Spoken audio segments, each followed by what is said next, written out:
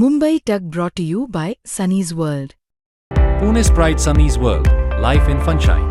Resort weddings, events, restaurants, adventure wellness. Sunny's World, perfect destination for every occasion. Jantar मंतरवर विद्यार्थ्यांचं आंदोलन सुरू आहे आणि दुसरीकडे आता सरकारने सुद्धा चर्चा करण्यास सुरुवात केलेली आहे। तुम्हाला आठवत असेल तर ज्या दिवशी संसदेवर मोर्चा निघाला होता त्या दिवशी कॉक्रोच जनता पार्टीच्या दोन जे प्रतिनिधी आहेत त्यांनी जे.पी. नड्डा यांची भेट घेतली होती आणि त्यांच्याशी चर्चा केली होती। त्यांच्या मागण्या त्यांना दिल्या होत्या, पण त्या चर्चेमधनं पुढे काय होऊ शकलेलं नाहीये।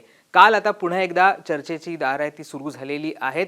सोनम वांगचुक यांच्याशी सुद्धा चर्चा सुरू झालेली आहे। सरकारचे प्रतिनिधी यांनी सोनम वांगचुक यांची भेट घेतलेली आहे आणि त्यांच्याशी या सगळ्या मागण्यांच्या संदर्भात आणि सरकारची भूमिका सुद्धा त्यांनी मांडलेली आहे। या चर्चेमध्ये नेमकं काय झालं हे आपल्याला समजावून घ्यायचं आहे। दुसरीकडे काल जे राहुल गांधी यांनी आंदोलन केलं, पंतप्रधान नरेंद्र मोदी यांच्या घरासमोर हे आंदोलन झालं होतं, त्यावेळेस नेमकं काय घडलं होतं आणि सरकारने या आंदोलनाबाबत आणि सरकारच्या भूमिकेबाबत काय म्हटलेलं आहे हे सुद्धा आपल्याला समजावून घ्यायचं आहे। सुरुवात करूयात ह्या चर्चेच्या संदर्भात। आपल्याला माहिती आहे की पहिल्यांदा सरकारने चर्चा करावी अशी कॉक्रोच जनता पार्टीची मागणी होती, पण ज्या वेळेला हे आंदोलन जंतर मंतरवर सुरू होतं आणि ते संसदेच्या दिशेने निघालं होतं त्यावेळेस सौरभ दास आणि आशुतोष रांका यांनी जे.पी. नड्डा यांची भेट घेतली होती आणि याच्यामध्ये त्यांनी त्यांच्या मागण्या ठेवल्या होत्या, परंतु सरकारकडनं या सगळ्या संदर्भात कुठलाही रिप्लाय आलेला नव्हता। काल राहुल गांधी यांनी जेव्हा आंदोलन केलं त्यावेळेस सरकारने त्यांच्याशी डायलॉग करायचा प्रयत्न केला आणि ज्या कुठल्या मागण्या आहेत किंवा नीटच्या पेपर संदर्भात, फुटी संदर्भात जी चर्चा आहे ती पार्लमेंटमध्ये करायला सरकार तयार असल्याचं सुद्धा त्यांनी यामध्ये म्हटलेलं आहे। आता सरकारकडनं जे.पी. नड्डा असतील किंवा जितेंद्र सिंग असतील यांनी सोनम वांगचुक यांची भेट घेतलेली आहे। सोनम वांगचुक हे सध्या रुग्णालयामध्ये उपचार घेत आहेत, तिथे जाऊन त्यांची भेट घेतली आणि या सगळ्या मागण्यांसंदर्भात आणि कॉक्रोच जनता पार्टीच्या किंवा विद्यार्थ्यांचं जे आंदोलन आहे त्याच्या संदर्भात चर्चा केलेली। आता या चर्चेमध्ये काय झालं तर जे.पी. नड्डा, जितेंद्र सिंग आणि सोनम वांगचुक यांच्यात चर्चा झाली। जवळजवळ 1 तास ही चर्चा सुरू होती। जे.पी. नड्डा यांनी वांगचुक यांच्या तब्येतीची सुद्धा या सगळ्यामध्ये विचारपूस केलेली आहे।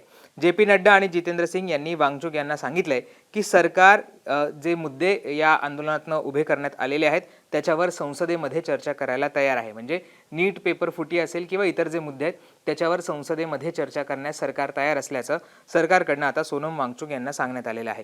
जे.पी. नड्डा आणि जितेंद्र सिंग यांनी वांगचुक यांना हे सुद्धा सांगितलेलं आहे की शिक्षणामध्ये आमूलाग्र बदल करण्यासाठी सरकार योग्य पाऊलं उचलत आहे असं आश्वासन सुद्धा त्यांनी यावेळी दिलेलं आहे। त्याचबरोबर सरकारने वांगचुक यांना विनंती सुद्धा केली आहे की त्यांनी विद्यार्थ्यांना सरकारवर विश्वास ठेवण्याचं आवाहन करावं असं सुद्धा त्यांनी म्हटलेलं आहे। जितेंद्र सिंग असतील किंवा जे.पी. नड्डा यांनी जेव्हा भेट घेतली त्यावेळेस त्यांनी हे आवाहन केलं आहे की सरकार आता शिक्षण क्षेत्रात आमूलाग्र बदल करत आहे, त्याच्या संदर्भातली पावलं उचलत आहे। नीट संदर्भात संसदेमध्ये सुद्धा चर्चा करायला सरकार तयार आहे आणि त्याचबरोबर आता वांगचुक यांनी विद्यार्थ्यांना आवाहन करावं की त्यांनी असं आवाहन करावं की त्यांनी सरकारवर विश्वास ठेवावा, विद्यार्थ्यांनी सरकारवर विश्वास ठेवावा आणि पुढचं कुठलंही पाऊल उचलू नये असं आवाहन हे वांगचुक यांनी विद्यार्थ्यांना करावं असं आता सरकारकडनं सांगण्यात आलेलं आहे।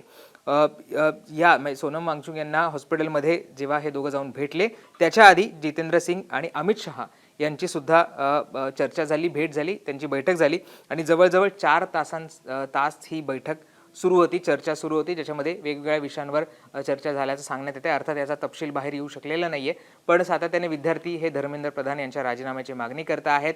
नीट परीक्षेमध्ये जो घोळ झाला त्याच्या चर्चेची मागणी करत आहेत, त्यामुळे बघणं महत्त्वाचं असणार आहे की याच्यावर आता या सगळ्यामधनं काही पुढे येते का। आता आपण जाऊयात राहुल गांधी यांच्या आंदोलनाच्या संदर्भात। काल संध्याकाळी राहुल गांधींनी पंतप्रधान नरेंद्र मोदी यांच्या घरासमोर आंदोलन केलं आणि त्यांचं म्हणणं होतं की संसदेमध्ये या सगळ्या संदर्भातली चर्चा व्हावी, सरकार जी लोकसभा असेल किंवा राज्यसभा असेल हे चालू देत नाहीये, तहकूब केलं जात आहे, तर या सगळ्या संदर्भात विद्यार्थ्यांचा आवाज हा संसदेपर्यंत पोहोचत नाहीये, त्यामुळे संसदेमध्ये या सगळ्या संदर्भातली चर्चा व्हावी। या सगळ्यावर आता नेमकं या आंदोलनाच्या वेळेस काय झालं आणि सरकारने काय भूमिका मांडली होती याची सुद्धा माहिती आता समोर आलेली आहे। त्याच्यामध्ये असं म्हणण्यात आलेलं आहे की राहुल गांधी आणि किरण रिजिजू जे संसदीय कामकाज मंत्री आहे यांचं बोलणं झालं होतं, त्यांचं बोलणं करून देण्यात आलं होतं आंदोलनाच्या दरम्यान।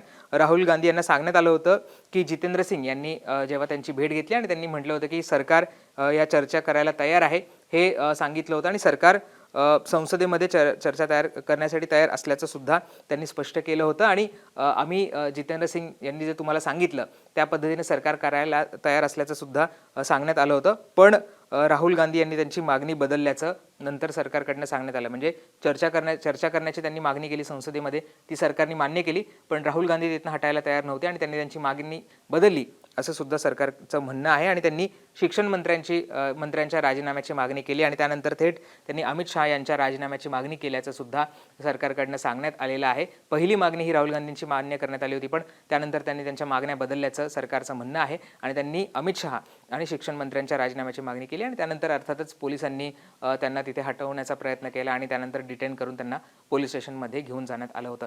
त्यामुळे ह्या सगळ्या घडामोडी घडलेल्या आहेत. एकीकडे आपण बघतोय की सरकार राहुल गांधींना काही प्रॉमिसेस करते, चर्चेची तयारी दाखवत आहे, तर दुसरीकडे सरकारने आता जे आंदोलक आहेत, सोनम वांगचुक आहेत, त्यांच्याशी सुद्धा चर्चा करायला सुरुवात केलेली आहे आणि त्यांच्या ज्या मागण्या आहेत त्यांच्यावर विचार करायला सुरुवात केलेली. एक तर सरकारने मान्य केलं आहे की संसदेमध्ये ते नीटच्या पेपर फुटी संदर्भात चर्चा करण्यासाठी तयार आहेत, पण दुसऱ्या त्या दोन मागण्या आहेत, धर्मेंद्र प्रधान यांचा राजीनामा असो किंवा जे विद्यार्थी याच्यामध्ये ज्यांनी आत्महत्या केली त्यांच्या कुटुंबियांना 1 करोड रुपये देणं असो, या संदर्भात अजूनही सरकारची भूमिका आहे ती काही स्पष्ट होऊ शकलेली नाही, समोर येऊ शकलेली नाही. त्यामुळे आज सुद्धा संसदेमध्ये हा मुद्दा उपस्थित करण्याचा प्रयत्न हा विरोधी पक्षांकडनं सुरू आहे. जेव्हा मी हा व्हिडिओ रेकॉर्ड करतो तेव्हा जे सभागृह आहे ते तहकूब झालं होतं, त्यामुळे बघणं महत्त्वाचं असणार आहे की दिवसभर हे सभागृह चालतंय का आणि ज्या पद्धतीने सरकारने प्रॉमिस केलं की ते सभागृहामध्ये या सगळ्या संदर्भातली चर्चा करतील ती होतीये का हे सुद्धा पाहणं महत्त्वाचं असणार आहे. या सगळ्या संदर्भातले अपडेट्स आम्ही वेळोवेळी तुमच्यापर्यंत पोहोचवत राहू, त्यामुळे मुंबई तकला सबस्क्राईब केलं नसेल ते करायला विसरू नका. धन्यवाद.